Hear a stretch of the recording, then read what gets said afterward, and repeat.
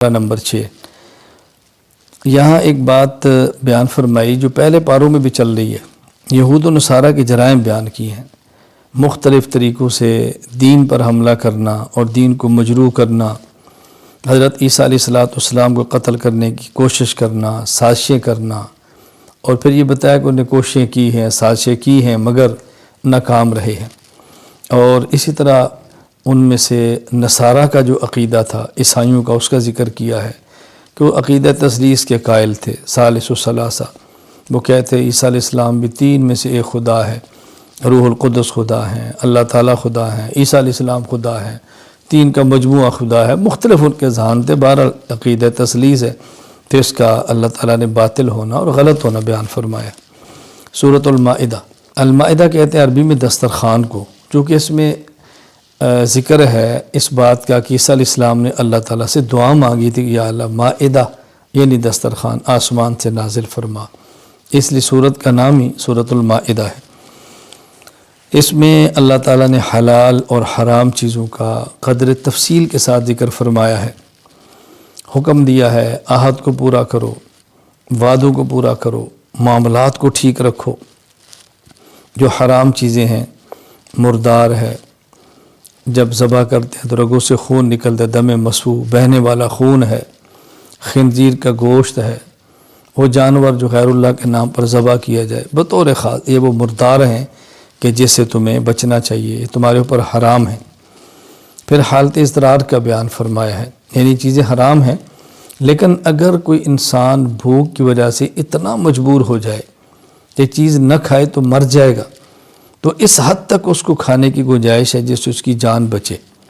لیکن مقصد اس میں لذت نہ ہو، مقصد مزہ نہ ہو، مجبوری ہو، جان بچانے کی خاطر اتنا کھانا جس سے جان بچ سکے، اس کی گنجائش ہے۔ پھر اس میں تکمیل دین کو بیان فرمایا۔ اللہ رب العزت نے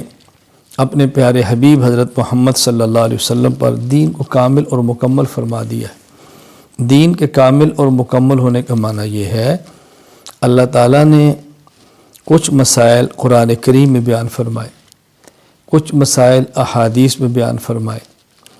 اور بعض مسائل کے لیے قرآن کریم اور احادیث میں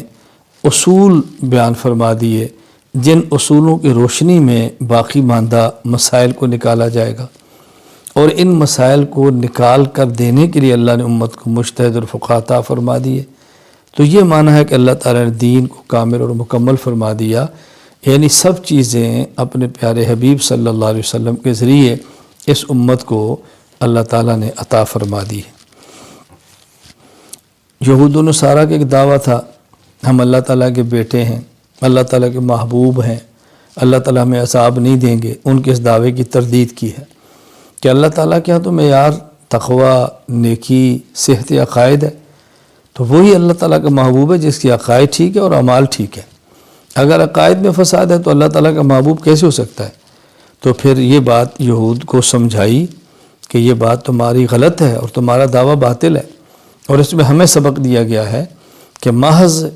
اپنی امیدوں سے، خیالی پلاؤں سے اپنے آپ کو اللہ کا محبوب اور قریبی نہ کہنا،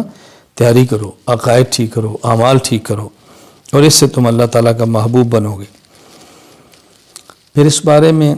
حضرت آدم علیہ السلام کے دو بیٹے حابیل اور قابیل کا ذکر فرمایا ہے، کیونکہ آدم علیہ السلام اور اماں حوا دنیا کے پہلے خامد اور بیوی ہیں، تو حضرت حوا کے پیٹ سے ایک بیٹی اور بیٹا پیدا ہوتا، پھر بیٹی اور بیٹا پیدا ہوتا، تو جو اکٹھے بیٹی اور بیٹا پیدا ہوتے ان کا آپس میں نکاح نہیں ہوتا تھا، بلکہ ایک پیٹ سے بیٹا، پھر بعد میں بیٹی، ایک پیٹ سے بیٹی، دوسرے پیٹ سے بیٹا، ان کا نکاح ہوتا۔ تو قابیل کے ساتھ جو بیٹی پیدا ہوئی وہ چاہتا تھا میرا اس سے نکاح ہو نہیں سکتا تھا، تو قابیل نے اس مقصد کے لیے حابیل کو قتل کر دیا۔ وہ واقعہ اللہ تعالیٰ نے یہاں بیان فرمایا، بڑی تفصیل کے ساتھ بیان فرمایا ہے۔ پھر ایک ہے چور، ایک ہے ڈاکو، ایک ہے باغی۔ اللہ تعالیٰ نے چھٹے پارے میں ڈاکوں اور باغیوں کی سزا کا ذکر فرمایا۔ بعض ایسے ہیں جن کو سولی پر چڑھا دینا چاہیے، بعضوں کے ہاتھ اور پاؤں کو مخالف جانب سے کاٹ دینا چاہیے۔ تو ان کی جو مختلف سزائیں تھیں وہ اللہ تعالیٰ نے بیان فرمائیں، اور پھر یہ بھی بیان فرمایا کہ ان سزاؤں کا بنیادی مقصد امت سے جرائم کو ختم کرنا ہے، یہ ایسی عبرت ان کو بنا دو کہ کوئی آدمی یہ گناہ اور جرم کرنے کی جرت نہ کرے۔ چھٹے پارے میں اسلامی قوانین اور حدود کو بیان فرمایا ہے، اس جرم کی یہ حد ہے، اس جرم کی یہ حد ہے۔ بعض جرائم کی حدود بیان کی ہے اور کہیں اللہ تعالیٰ نے ضابطے بیان فرما دی ہیں۔ قرآن کریم کو دوسری کتابوں پر اللہ تعالیٰ نے فضیلت عطا فرمائی ہے اور اس کا بھی ہاں چھٹے پارے میں ذکر فرما دی ہے۔ قرآن کریم باقی آسمان کی کتابوں سے افضل ہے۔ ایک تو اتنا کافی ہے کہ اللہ نے فرما دیا ہے، ہمارے آخری حبیب صلی اللہ علیہ وسلم پر نازل ہوئی ہے، لیکن وجہ بھی بیان فرما دی کہ اس میں عقائد، عبادات، اخلاقیات، معاشرات، معاملات، یہ پانچوں چیزیں موجود ہیں، اور جس طرح اس میں موجود ہیں اس طرح کسی آسمانی کتاب میں تفصیل کے ساتھ موجود نہیں ہے۔ لہذا قرآن کریم اس بنیاد پر باقی تمام آسمانی کتابوں سے اعلیٰ اور افضل ہے۔ پھر اللہ تعالیٰ نے کفار کے بارے میں بیان فرمایا کہ دیکھو کفار کی دوستی میں خطرات کتنے ہیں، نقصانات کتنے ہیں، یہ تمہارے ساتھ مخلص نہیں ہیں، ان سے یارانے مت رکھو، قلبی دوستی مت رکھو، اندر کا تعلق مت رکھو، تمہارا تعلق مسلمانوں سے ہونا چاہیے۔ اور پھر ساتھ یہ بات بھی سمجھائی کہ اللہ تعالیٰ تو دین، اللہ تعالیٰ محتاج نہیں ہے تمہارے، تم اللہ تعالیٰ کے دین کو سنبھالو گے تو بہت اچھا، نہیں ہوگا تو اللہ تعالیٰ تمہاری جگہ کسی اور قوم کو لے آئیں گے، اللہ ان سے پیار کریں گے، وہ اللہ سے پیار کریں گے، اللہ کے راستے میں جہاد کریں گے، کسی ملامت کرنے والے کی ملامت سے ڈریں گے بھی نہیں، اور وہ لوگ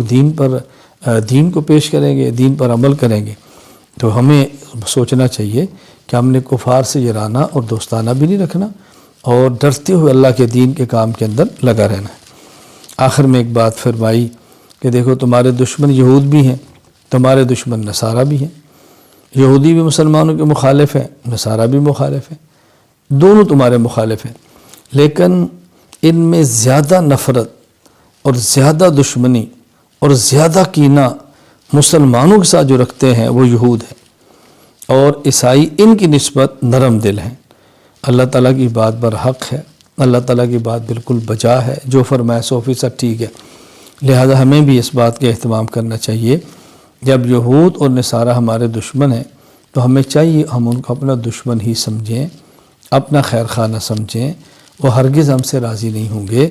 ہم ان کو راضی کرنے کی کوشش بھی کریں گے، راضی نہیں ہوں گے۔ اللہ نے اپنے پیغمبر کو فرما دیا وَلَن تَرْضَىٰ عَنْكَ الْيَهُودُ وَلَا النَّصَارَىٰ حَتَّىٰ تَتَّبِعَ مِلَّتَهُمْ، میرے پیغمبر یہ یہود اور عیسائی آپ سے تب راضی ہوں گے جب آپ یہودی یا عیسائی بن جائیں، الیاس باللہ، ایسا ہونا نہیں ہے تو آپ سے کیسے راضی ہوں گے؟ اللہ تعالی ہمیں حضور اکرم صلی اللہ علیہ وسلم کا سچا امتی بن کر شریعت کے مطابق، اتباع سنت کے مطابق زندگی گزارنے کی توفیق عطا فرمائے۔ وآخر دعوانا ان الحمد